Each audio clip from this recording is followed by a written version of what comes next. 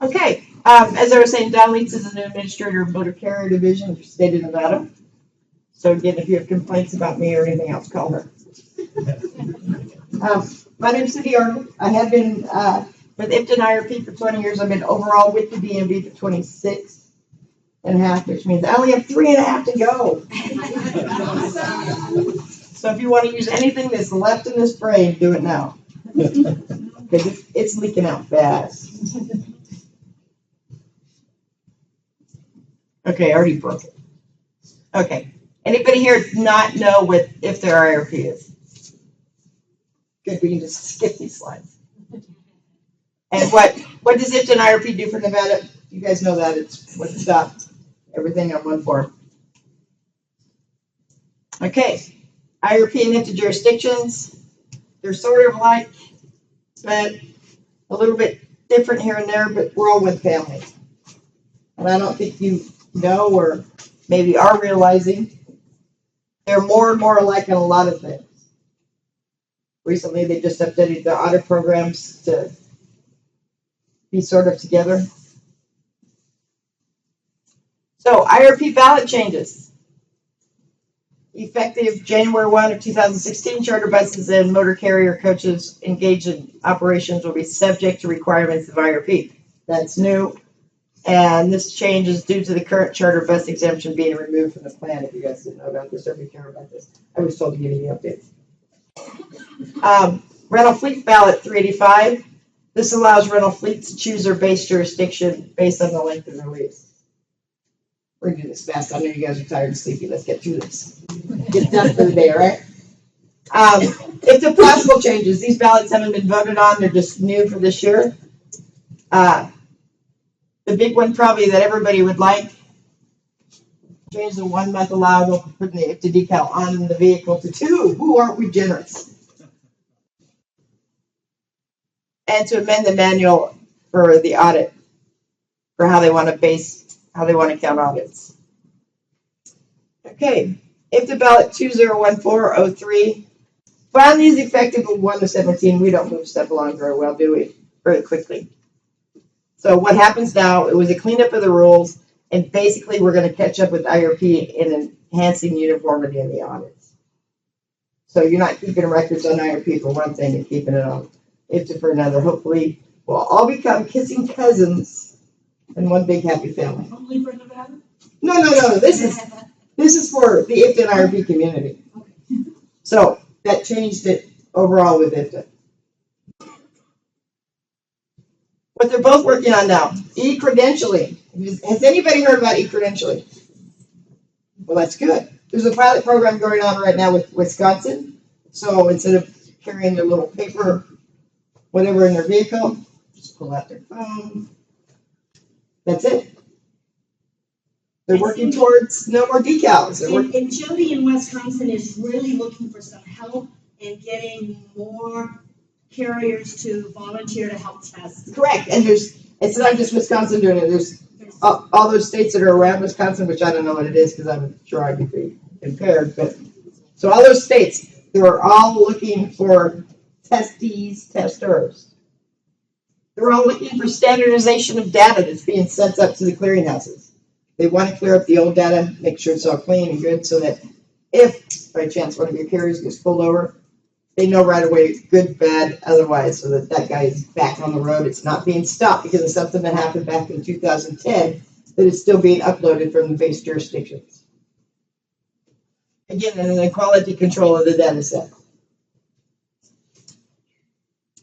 So, what's new for Nevada? We're trying to become C-Vision compliant. We were C-Vision compliant back a couple of years ago, and then DOT screwed up the grant. I don't know what happened, but the feds, yeah, we're allowed to do anything. Seatbelts, speed limits, you know. We're going to wait till the last minute before the feds come after us. We're close. So what's that mean for you? We're working right now on building an online renewal process for registration. It's amazing. We currently have an online tax program that allows posting the tax returns. Basically, you're posting them instead of us because we're going cheaply.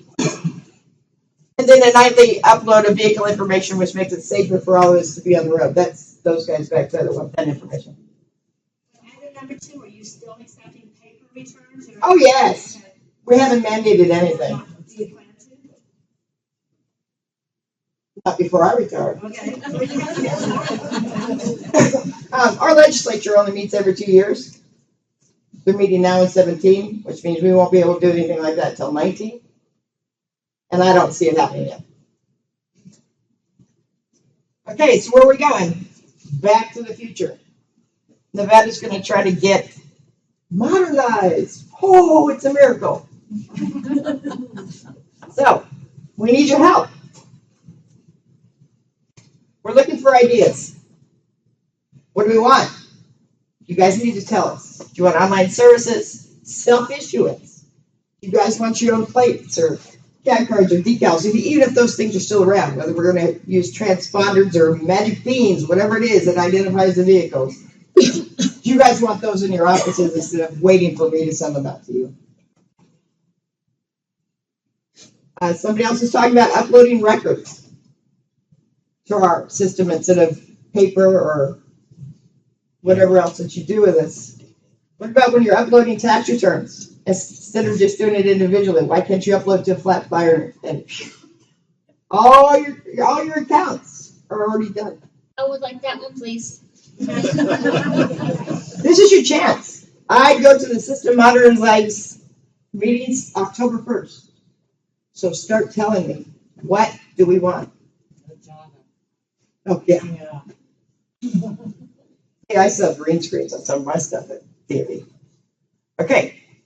Is there an app for that? I don't know, but let's build one. How do you see the app working? What do you guys, so think big. We're paying these people $100 million to build let's get every dime out of them we can. Access to registration cards, being able to register online, issuing permits from your own office. Am I blocking you? I'm sorry. How can we help you through the changes? So we're going to build something that you guys can't use, so we need to make sure that we're using the kind of systems that you guys want to use, like no Java. And are you going to need training for your customers?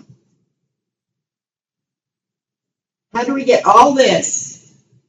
And that's just part of it. You guys all know the acronyms. How do we make sure that we're remembering to do everything that you guys need us to do? I'm not going to use my 45 minutes. Okay. Question is answer time. Do any of you guys use webinars to train your carriers or themselves or yourselves? Yes. You guys go out there to the IFTA IRP websites to use those webinars? Yes. Okay. Do any of you use how-to manuals or forms for your carriers? Yes. No. Okay. Do you do group training, individually training, inside your office, outside of your office? Do you go to carriers to train them on how to push buttons and do things? Would you want us to do any of this stuff for you when we had go through the new system? No. Okay. So, guess what? When we build it, we're going to need volunteers. Okay. Okay. Question. So, just in your opinion, how many, and let's just stick with IFTA. How many IFTA returns do you think comes from service agents in behalf of the carrier versus the carriers themselves? Do you think it's a 50-50 type deal? Currently, since we went online, because we only started this last July for our IFTA carriers with our service agents, I think the last one I did, we're already at 25% of the tax returns filed. And the people that are filing are service agents. So 25% of our returns as of now are with service agents. Gary, there's not a lot of agents In Nevada. in Nevada. There's probably in northern Nevada, maybe 4, 5. No, but I mean, I know we filed for Yeah. years. Yeah, But from a state perspective, who is, ultimately, we know it's the carrier's your customer.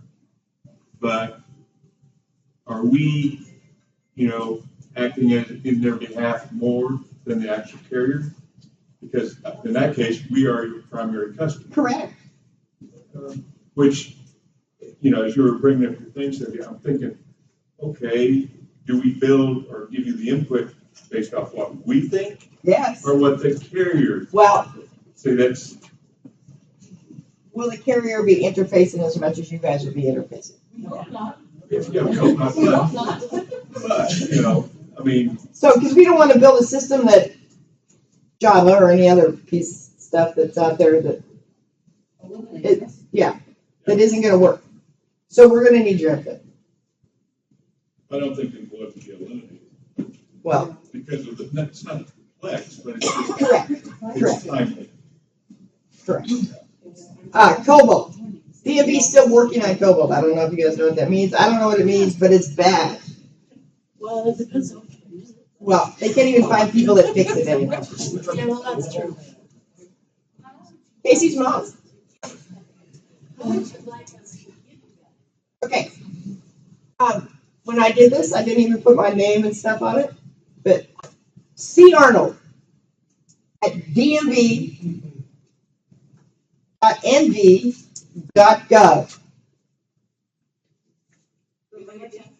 C. Arnold at dmv.nv.gov. I'm also on the IFTA website as a board of trustee member. Is this something we can do as an organization and? Do it as a group, do it as individuals. Now's the time to put it into my head because I go over there the 1st of October to start building. So you're going to start the specs aspect, which will probably take how long? 6 months? I don't know what I'm going over there for. They've thrown me over there for the next 18 months to build exactly how we want the IFTA system to work. And I've convinced them to include IRP at the same time. Thank you. So Thank you. Because we want them to marry. So they have a document, or are you going to build the document, the specifications? We've already got that. Oh, okay, so, We want it, now we get to build how the screens work and look. We've already given them a bunch of, the thing. but we need to build how it's going to interface. We told them we want to build it so it interfaces with whatever we asked them to. That was, Okay. so if we wanted to interface with the feds back there in the suits, they have to build it so it interfaces with the feds so that we can get the downloads from them on Safer and all those other places. I was just trying to figure out where you were. Yeah. When I okay. So this is going to be a 5-year project, and it includes the regular DMV too, so titling, car registration, fleet registration. So if you deal with any of that too, you need to let us know what we need to do for you. So I'm not sure how you resolve this, but for payments, we have to make pay. You have to send us in payments currently by fax or credit or mail. We don't even take anything online. Boy, that'll be fun and exciting when we do that. That's what I wanted to talk about. Is my company for instance, does not allow, a lot of governments are saying you have to give us your account number, or we're gonna take money out of your account. My company doesn't allow that. So. I don't allow people to do that to my own account. I would. I would hope so. But I would say if you are gonna do payments, credit card or ACH, I think it's ACH credit. ACH, EFT. Yeah, if you make that available, that's a lot easier for getting a whole multitude of options for Correct. people to pay. Correct. And I'm also looking to, okay, your service vendor or service provider, you've got 400 accounts. The total bill is whatever it is. You tell us to apply whatever, you upload the files, so you're not sending all 400 accounts individually up onto the system. You're just giving us a max payment and we're paying it down to your carrier. I'm trying to think of what you guys need. No, what we need. So I think we need a service bureau. I mean, how it works in some of the other states Yeah, that work well. what are you guys seeing? What works well? What doesn't work well? Tell me what doesn't work in those states that you guys go to. I think we have a good list started. I want it.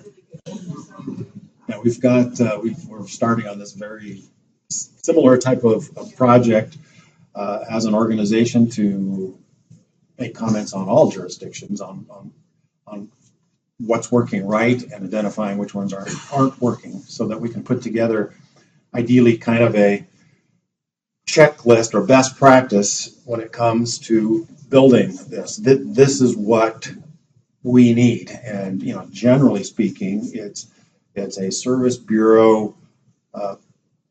You know, a service bureau is going to have a login, and underneath that login are all their carriers. The carrier will have their own login, but I know, like in the state of Oregon, I cannot put my bank account. I don't have there isn't a secure service bureau security level. You know, there's just the carrier. We're going to have security. We're going to have it. So we're going to have the DMB level. We're going to have service providers, or whatever they end up calling you people, and then you're going to have carrier level, so that you will be able to get into whatever accounts that you need to go into that you've been signed up and set up to do. Yeah. Can I suggest an additional level for technology companies to help the service bureaus? IRS has 4 kind of levels where they've got the IRS, they've got technology people, they've got agencies, and then they've got the taxpayer. And typically the agencies and the technology people work together. The CPAs work with TurboTax and LaCert to get tax returns filed. It just helps to facilitate some of the technology stuff. Can I suggest an additional level there? Yeah. So we file in Michigan. Michigan has a IFTA online, and we file by our legal entity. So we're a garbage company, and so we've got locations all across the U.S. And so I've got multiple locations that aren't in the same state. So I've got some in Michigan, some in Montana. And so when I go file my Michigan IFTA return for that entity, the state automatically kicks out my return because I'm listing Montana in that return. In your mileage. I'm listing that Montana on the return because I have trucks in Montana, but Michigan's saying, oh, it's not a Contiguous state. Yeah. We're the same thing. Me out. We don't kick you out though. No, We're the same thing, because we have carriers that are based in Nevada, but they've got their trucks up working the pipeline or whatever it is. And we have stuff in our file that say, hey, these 6 trucks are going to be up wherever it is. They're not going to be coming back and forth because they're doing a job. One of the things on our list. I mean, it wouldn't kick you out, but it would give us a warning report saying it's not contiguous. It's not going to keep you from That would filing. be helpful because I have to call every quarter. Yeah. And tell them, remember me, and every quarter we have to do that. Yeah, on our list of stuff for jurisdictions is don't let the tax return filing catch what an audit. It's trying to catch things like you know, like stop it at like, hey, you can't do that. It's like, well, in an audit it would pass. So it's trying to catch things too Correct. soon. Yeah. Correct. For our reporting, Yeah, yes. correct. Yeah. So I think It's that's- like non-receipted fuel. I don't know if anybody's having a problem with Yeah, we non-receipted are. fuel Yeah. reporting. You know, one thing I found, that when a jurisdiction implements some technology, there's hiccups always, and there's nobody you can connect to, and your point is one that when the tax return gets caught up in their validation or in their criteria that says, whoops, that's not a good tax return, there's nobody you can talk to and get behind. You talk to a normal technician, and they don't know the old way of doing things, and the computer programmers aren't the administrators.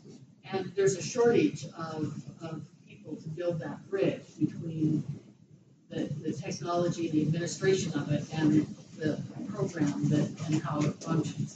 So we have trouble getting delinquent returns through California because they just had a glitch and they didn't want to accept it. So you can't even file it until you get somebody on the phone. Getting somebody on the phone is getting harder and harder to do it. Does California answer their phones? Huh, apparently? Nevada answers their phones. We're really friendly in Nevada. It's legal to be friendly in Nevada. Correct. Correct. So what this system is going to allow us to do is, instead of my employees sitting there inputting your information, they're going to do what they're actually hired to do as tax examiners, and that's examine and get the reports out to the bad ones instead of just sitting there doing this. we're not losing any personnel. In fact, they're talking about eventually we're gonna have to hire more personnel because they're gonna be training, there's gonna be training teams. There's not only just for inside the DMV, but outside the DMV. So there will be people to assist you. And the company that got our bid, our whole tech department for the DMV is over there building the system with them. So we're all gonna know how to use the system, and we'll have, because we've watched all this stuff over the years and what's the other states have done. So we're hoping to beat the problems. I mean, we're still gonna have hiccups, but we're hoping to beat the problems. And if I could encourage you, when you do get ready to launch it, before you launch it, let some of the public, like, test it from the backside, like Jeff has done with the URS, because we see things a little differently than you do on the other side of that wall. Well, that's where you come in right there. Before we launched our little cheesy online tax return, we went to Miller, right? Yeah, Miller can get a good tester. He's already, Yeah, we've already done that. yeah, he was testing that. And when we do the registration system, he'll be testing. But we went all over Las Vegas teaching the people that wanted to be taught, and they played and they told us, and like I said, we're doing just enough to get C-Vision compliant until we get the real system. So, but no, we need volunteers. I got a couple of comments. One is just, your systems, how do you word this? Piece of junk. No. When the system is built, it's going to obviously be much more automated, but there's got to be some human or some analysis involved. And I'll give you an example of where something was automated to the point to being ridiculous, which state of New Mexico, it was their weight mile tax. They went to that new system. I think we had one of our large carriers, pays, I don't know, $11,000 to $13,000 a quarter in their mileage tax. Well, there was a 4-cent difference, and it suspended them. And for 4 cents, they were pulling over trucks until we could get a hold of somebody above and say, okay, how do you back out this 4 cents? Or so it can get to be too automated. So there's got to be some safeguards in there. Well, currently in Nevada, we don't even bill you if it's less than $5. Right. So we don't want to suspend or revoke anybody because on an NATSA tax return because it's under $5. It just costs me to say you underpaid me by $5. You didn't make the phone call nowadays or send a letter. Right. It's not worth. It took them 3 or 4 quarters to get this fixed because they had to go back to the vendor, and the vendor had to put it in for its next version update, and so the relationship that you have with your vendor is very, very important. Correct. So we won't. Once it's built, my understanding is the DMV takes over. Okay. So that's why they have our tech department over there. So we won't have to wait 2 weeks, 4 weeks for the next bill to fix the issues.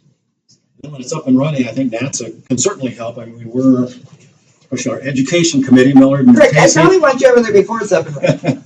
Well, and I'll afterwards, probably be calling you before it's up and running. well, definitely we'll be involved with testing, but even afterwards is, we can put it on a webinar and invite all of our members to attend the webinar and say, okay, this is how it works. Together, we will. This is how it works. And If you build it, we will come. yes, absolutely. So definitely want to be involved, have NATSA members involved, and I think we can put together some comments too. Look, We had a couple questions come in. First one was, will the new system change audit rules or procedures? no. Audit rules and procedures are Just the way that Nevada was conducted. well, I don't know that part. But audit rules are controlled by IFTA IRP. Audit is also going over with me. Rich Wagner of Nevada, I don't know if you talked to him. He's IFTA IRP involved too. But he's going over with me the system mod too to make sure that whatever we do isn't screwed up audit. It might make it easier for you, but we're not going to make it any more difficult for you. Can Nevada share the vendor? I'm not sure. Tech Mahindra. Anybody heard of them? Tech Mahindra. Me either. It's not one of the big players that we see all the time. No, well, they came over from India. They put, Nevada did the whole, put it out there, RFP, the whole, took them 2 years. Tech Mahindra, never heard of them. So I'm glad to see I'm not the only one that's like, who? But like I said, they're doing the whole department. Titles, registration, driver's license, It's motor actually- carrier. Yeah, we were just saying, it's kind of nice to have it not be one of the typical box, because if you look at some of the jurisdictions, you can tell it's the same vendor. Correct. It's a- And Nevada just currently has a vendor for their Interfront, and we don't have it for the registration anymore because we built a little in-house system, which is why we have to build a new system. But, so I kept thinking, well, there's no way. They don't know what motor carrier is, this company. And so I was thinking we're going to go back to a vendor for both registration and IFTA, or for IRP and IFTA. They're building it, and I've already been over there a few times, and they're picking my brain on what IFTA and IRP and all that stuff is. So that's why we need you to back up our brains going, hey. So I think I heard the system's also going to be titling. Yes, yeah. So I can envision, in lieu of the application, but what about supporting documents? Well, they already have electric titling, So electronic titling. so you're saying you're going to go to an e-title? Well, Nevada already has it, so, how they're gonna do titles, I don't know. Because I'm not part of the titling thing. But for registration, for supporting documents, where we're gonna go yet, who knows? You might be scanning and uploading to us. Before we can do it all online, once you apply to the town, you fax a specific phone number, copy of the stamp 2290, and the cover page that you print out from the website. Then you get an email that says your tag's in the mail. Well, it's not my business, right? Yeah. I'm trying to think this through right now. Sounding really good. Wait a minute, she would have known this answer. I know. So, but with titles, we're hoping that, electronic titles, electronic smogs, when you type in that VIN number, it's all gonna come back, ping, ping, ping, ping, ping. I don't want paperwork anymore. I have 3 years of files in my office for IRP and anything. Another 1 year over at archives, 2 years over at archives. In this day and age, why don't we I go to Walmart and pay by check and they just stick it in that little machine and the money's out of my account. Why can't we as a state agency do this? And you can deposit a check from your. Yeah, from my phone. Yeah, and yeah. Your phone's way smarter than my phone. It's a Canadian phone. Oh, is it? And it speaks French. I have a question. Nevada sells amber flasher stickers. That's how you feel, yeah. They give them to us because we can't pay for them. They don't accept our postal code. See, we had that same issue for a long time too, when we went to a new system, the in-house system. It took me 2 years to get foreign addresses put into the system. They can understand Canadian postal codes. Now I'm having problems with Quebec because they're sending me payments in French, and the bank won't take any check in foreign language. We're in Quebec. So we're netting payments right now, so, because we weren't changing banks, you guys weren't changing banks. Stephanie can translate for you. So, there's always a way to work it out. And Cindy, this time next year, you can come and give us an update as to where you are. Heck yeah. Okay. You guys might be already there in Nevada, though. You guys might be giving your own update. So, any other questions? Do you like my Lego truck? It looks better on the computer screen than it does in here. So, I have a question for everybody. How many companies here can issue plates from their office? And what? Issue plates from their office? and which states are you with that allows you to do that? Indiana. California's let you self-issue now. And we have Indiana. Is that, what are the positive things and what are the negative things about that? Definitely speed. Have you been audited yet for your supplies or anything? Every year? Every year. Audits are expensive, they can run you $5,000 easy. Oh, You have to pay for your own audit. You have to get your own audit. We don't why like can't that. we do that electronically? Why don't license plates have an RFD in it that it tells you we should have? I It's don't, very behind technologically, their DMV, the system is so outdated that they're having a hard time finding the part. that's us. This question is not specific to Nevada, it's more for your experience on the IFTA board. Is there anywhere in documentation of what IFTA considers a standard or an acceptable NVG? I know that it used to be 4 to 6, but with the newer trucks and the aerodynamics. Yeah, I saw an article the other day, somebody sent me, and that guy was getting 12. Yeah. So, and that's what I was thinking, it was just last Thursday or Friday I was reading it, I was like, wow, we need to look at this again because gone are the days of the Red Flintstone vehicles that are only getting 4 MPG. So they're not currently updated. No, but why aren't you guys, I have an IFTA board meeting October 13, 14, 15, it's coming up. I will be glad to bring that up if you send it to me and I will present it. I'll absolutely not email. You're welcome. Yeah, it's time to update that too. The other thing I was just gonna mention is that you're looking for ideas on self-issue for plates and whatnot. And I love that idea, Do we need plates anymore? right? Yeah, Yeah. that's where we're going. Do we need even decals on the plates if we don't need plates? Because do we need IFTA decals? Do we need registration cards? Why isn't some kind of transponder or something on the vehicle? Right. I have a small story. I mean, I know I'm probably getting ahead of the Yeah, IFTA IRP communities, but But whatever is decided, I would be worried to pass California audit, you have to have these things in place. To pass Nevada audit, you gotta have these things in place. To pass Indiana audit, you gotta have these. I would feel like, it'd be. well, we would want to look at Yeah, what they're requiring because we don't want to make it any harder. right. I just think that's an opportunity for us to throw in nice. Yeah. So if you're issuing plates, why aren't you just like we do every year, once a month inventory, and you're just Right. uploading it to us and it's some kind of report prints out on our end, and that's when we come visiting you if there's some kind of problem. If not, Indiana's that thing, but, well, come on, California. I think IFTA and IRP would be ready for no plates a lot sooner than enforcement will be ever ready. I mean, that's where the Right, 'cause hangup they is need going to to know be. So whether to enforcement pull needs the that. vehicle over or not. Is what the issue is. They need some kind of identification on it to pull it over. But if it's a transponder or a magic jelly bean, or whatever it is, that they can read somewhere where it's going past them, That's where it's going. that's where it's going. Come on. Yep. Because with all the toll roads and everything else.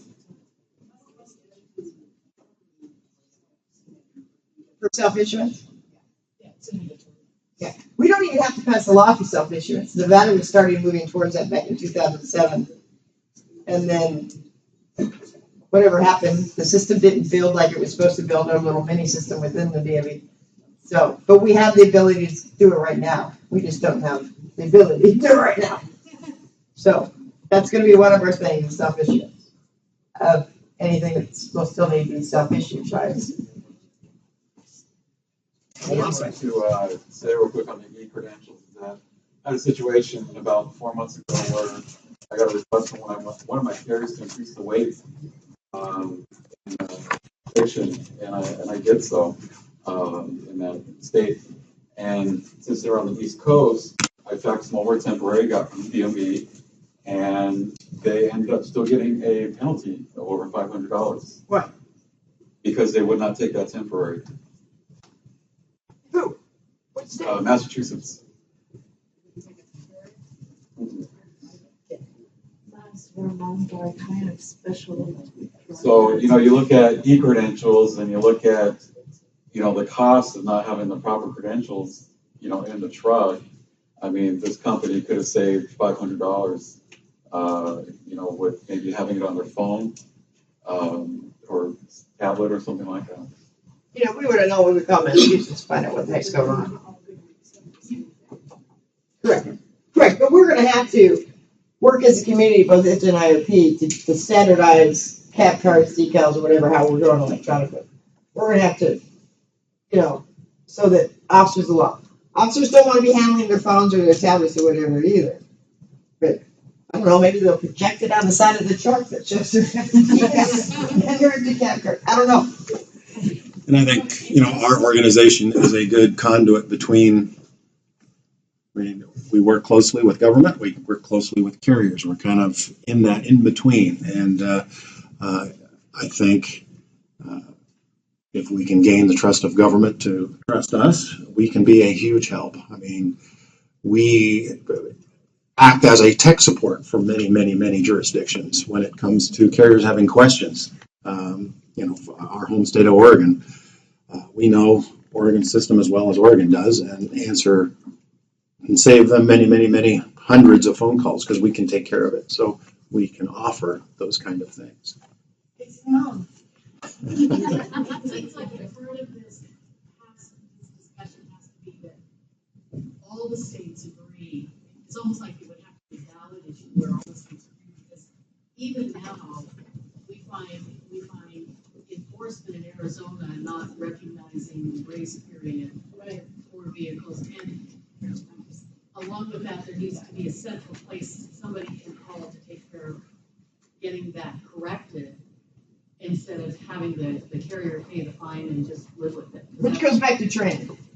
That's a training issue for the officers. But it's also an issue where there has to be somebody. You just said you would have, if you'd known, you would have called. I would have called the other Massachusetts. I don't know how much further I would have gotten than he would have, but I would have, on behalf of the state of Nevada, I've called quite a few jurisdictions going, what the heck? Why aren't you accepting this? What's the problem? What do you need us to do to prove to you that we have just, the carrier has paid this or done whatever that is required that is getting them stopped? Does this go back to the clearinghouse getting scrapped? That helps too. Yeah. But some states, Arizona is one of them, the whole reason for IRP and IFTA to begin with is so that the trucker was only going to have one thing, one registration, one fuel tax, and that's all they were going to have. The old bingo plates are going, everything. And then as we go along, each state is finding a new way to make money by putting something else that is required for that state. It's getting to be as bad as before pre-IRP and pre-IFTA. I think you ought to run for president, Cindy. Yeah.